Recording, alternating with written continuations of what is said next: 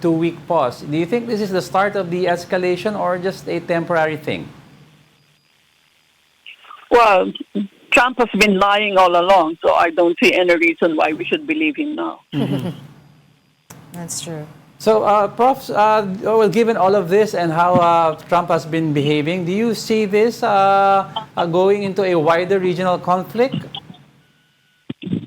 It has widened already. It has spilled over beyond the original actors. So what we need to do really is to get Trump and Netanyahu, two evil men, two deranged men, to be stopped, but the U.S. Congress seems to be in a catatonic state and is unable to move at all. But as you said kanina, he's always lying. What do you think is his game plan here? Why would he supposedly agreed to a 2-month or ceasefire, 2-week ceasefire? If you're losing, you're going to look for all options.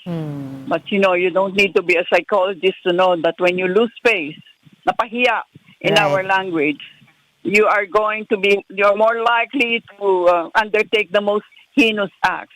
Remember, they were negotiating in Geneva. The next day, they bombed Iran. Okay, we're looking at patterns of behavior here. We don't need an IQ of 140 to discern that pattern. So whatever he announces, or whatever his cabinet members who are old morons announce, also, then you take it with a grain of salt. Right.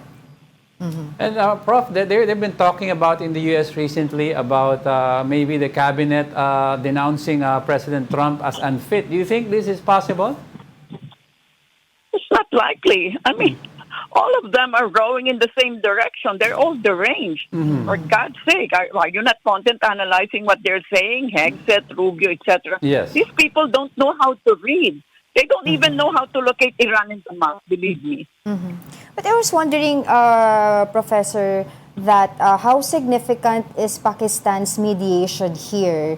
Does this signal a shifting diplomatic center away from traditional Western brokers? Well, we know that Pakistan is not anything to pay attention to. Behind Pakistan is, of course, China, for God's sake. Right. China yung nasa likod niya, no? Because if you look at all the countries who owe China the most billions, it is Pakistan. And you look at your geography and you know why. So this is ignored by Iran.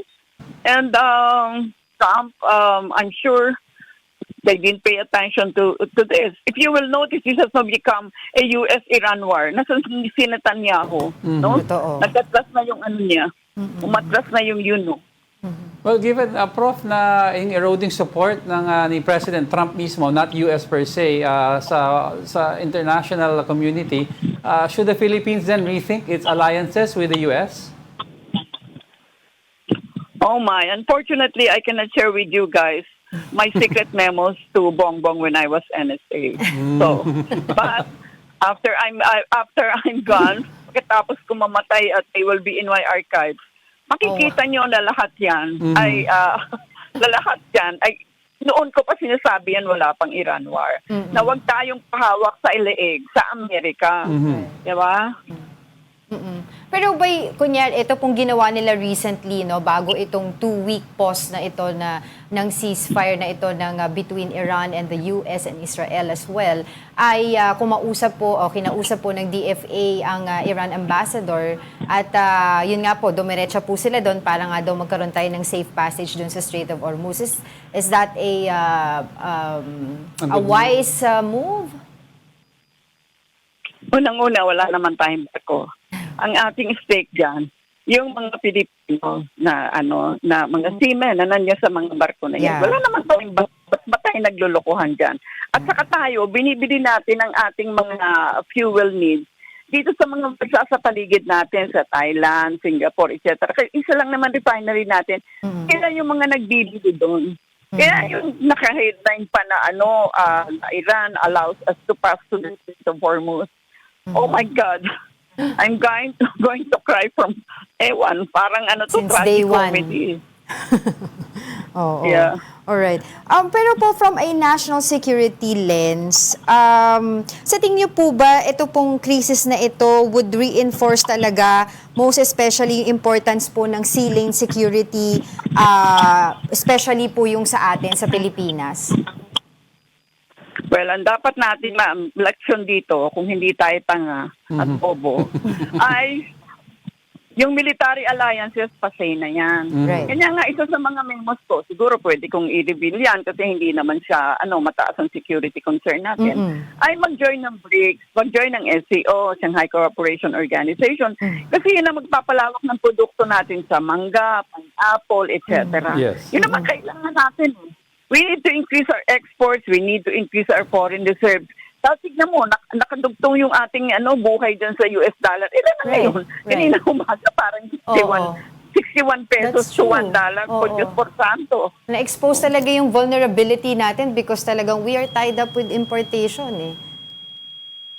Tell me about it. Tapos we are headed by so-called economists na, ay ewan, mahirap magsalita. Baka maban pa tayo dito sa sa airwaves. No?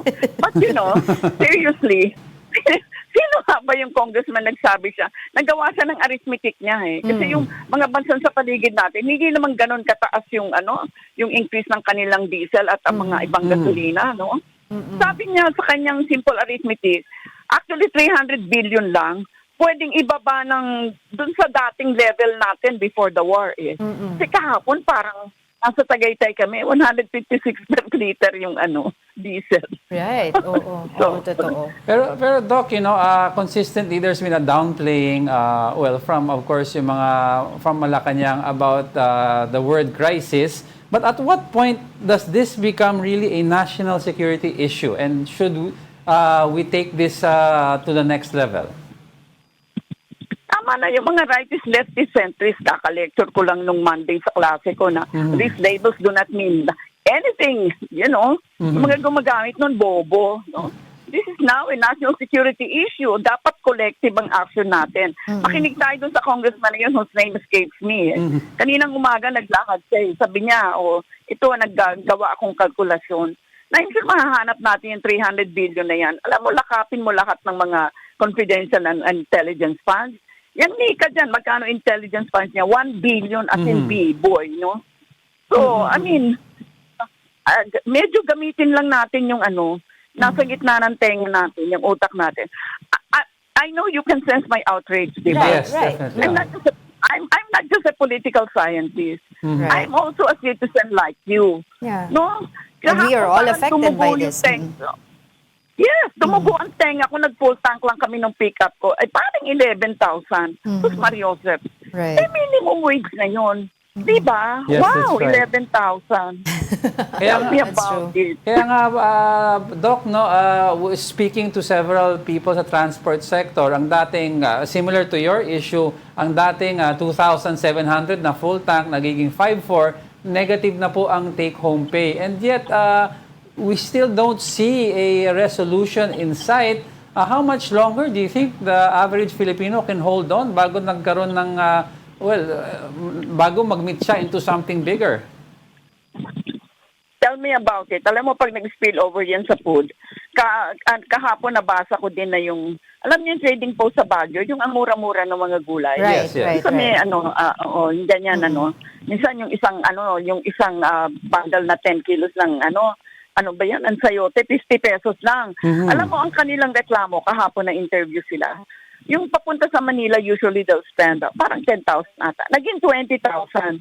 Right. I mean, mahirap ang intindihin yan. I-subsidize niya yung transport, di ba? Parang hindi pagdating dito, siyempre ipapatong sa atin yung 10,000. Yung luya nga, isang araw lang 70. Kahapon 300 pesos, no? That's right. Oh my God. So, bakit ang hirap bang memorizing niya? Hindi nga ako economist, I'm a political scientist. Right. But I'm also a mother, a grandmother, and dahil anong pangalan nito, namamalengke ako. Kitang-kita ko talaga yan eh. Diba? So, alam mong ginagawa nila, pinapabulok na lang nila, no? Right. Yang mga pinapabulok na lang nila yung mga produkto nila for God's sake. Buti nga lang, di tulad sa India, hindi sila suicide eh. Marimos, sir. Alam mo, Doc, tama ka doon. Medyo ang dami na rin nadidismaya. But, and to think na hindi pa po factored in dito yung magiging crisis po sa mga OFWs. Kasi if ever this continues, magkakaroon ng large-scale repatriation and at the same time, remittances Will go can down. zero out or go down and we will start to really suffer. Do you think a collapse or a recession is in the horizon? Excellent observation. Actually, noong pa, bago pa pumutok itong war na to, sinasabi ko na sa relevant agencies, i-upskill nyo, no? I-re-skill ninyo ang ating mga laborers, ang ating mga workers, hindi lang dito, kundi nasa ibang bansa, parang 10 million sila. Dahil talaga, ang AI will really replace most of them. No? Ayan na yung reality. That's I the mean, reality. let's set aside war. Ngayon, tama ka, no? Pagka na-display sila, I'm sure pagka naging economically underdeveloped yung mga tinamaan ng war yan sa the whole region, then what will happen is that, of course, they are going to ask the domestic workers, particularly, na umuwi na kayo, wala naman kaming pambayad ng inyong mga sweldo. O ilan yan? Hindi yan thousands, millions yan, no? Yeah. Paghandaan natin yon, no? Bakit hindi tayo nakakadinig sa migrant workers, CMW? Bakit wala? I mean, ano ibig sabihin ng silence ninyo? Nagbabalangkas ba kayo ng plano? Ang tagal na niyan eh. Huwag na lang yung bigla na lang magbalikan yung mga ayan. You can imagine the social dislocation that will cause. Di ba? High crimes, social anomie. I don't need to be a political scientist to detail to you what Right. the implications are. Finally, So dire, so dire. Finally, Prof, baka nanonood o nakikinig ang ilan sa mga tao sa gobyerno. Baka may suggestion kayo or mensahe sa kanila. Uplift Committee. Uplift Committee. Oh my Lord, wag na lang. Alam kong nandun sa bad books ako ng mga iyan eh. So hindi niya makikinig sa akin. Paala na lang sila sa pagbabalangkas nila. Saka pa.